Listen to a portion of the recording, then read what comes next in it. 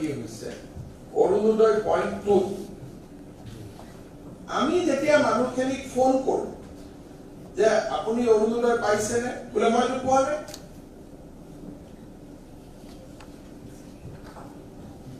এজন মানুহে অৰুণোদয় ফোন নম্বৰটো বেলেগ এজনৰ ফোন নম্বৰ দি দিছে আৰু যেহেতু কলমখিনি পুৰা হৈ গলে স্কেনিং হৈ যায়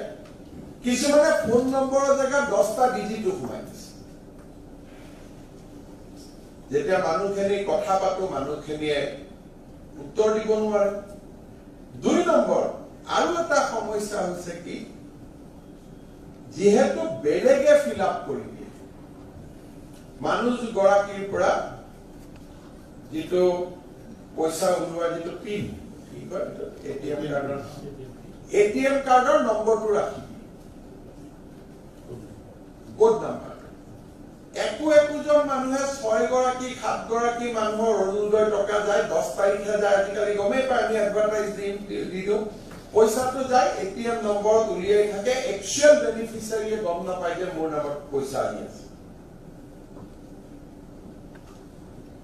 5 to 7% কেছ ইলেকশ্যনৰ সময়ত এটো এটা পলিটিক্যাল সিস্টেমৰ ফিডব্যাক ইলেকশ্যনৰ সময়ত যেতিয়া আমি কল চেণ্টাৰ ফোন কৰিলো তেতিয়া আমি দেখিলো জুনে ফিল আপ কৰে বহুত পলিটিক্যাল এক্টিভিটিজৰ নম্বৰ আছে যে এই নম্বৰটো 100 খন ফৰ্মত আছে সেম মোবাইল নম্বৰ মোৰ নম্বৰটো সাপোজ নম্বৰ লাগে যাক মই ফিল আপ কৰিব দিছো ইয়ে নম্বৰটো দি দিছে নম্বৰটো লিখালৈকে প্ৰবলেম নাই লগত দুখীয়া মানুহগৰাকীৰ পৰা যদি পিনটো লৈ লৈছে তেলুকে মানুহগৰাকীয়ে টকা নাপায় সো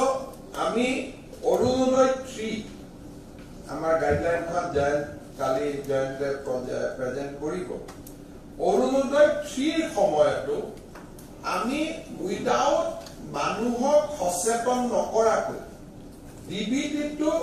অকল সিঙ্গল মাইন্ডেড কৰিলে যে গভৰ্ণমেন্টৰ ব্যুৰোক্ৰেসিৰ মাজতো এটা আহিছে যে ডিবিটি কৰিলে পইচাটো পাই যায় গতিকে আমি ডিবিটি কৰিব লাগে so DBT comes with the risk intended beneficiary জনে নাপাব পাৰে যদি বেংক একাউণ্টৰ লৈ থৈ দিছে আৰু এটা আছে কি অৰুণোদয় বেনিফিচিয়াৰী জন ঢুকালেও যদি ঘৰত যদি পিন নাম্বাৰটো আছে ঢুকুৱাৰ পিছতো লৈ থাকিব পাৰে যেনেকে পেনশনৰ জীবন প্ৰমাণ বছৰত এবাৰ হয় ইন্টাৰমিডিয়েট পিৰিয়ডত যদি কোনোবা ঢুকাইছে আৰু লৰাজনৰ হাতত যদি দেউতাকৰ এটিএম কাৰ্ডৰ নম্বৰটো আছে then still they can withdraw the money till next জীবন প্ৰমাণ নাহালৈকে সেইকাৰণে আমাৰ বহুত ক্ষেত্ৰত আমি সমাধান কৰিব নোৱাৰো কিন্তু থ্ৰু প্ৰপাৰ এৱাৰনেস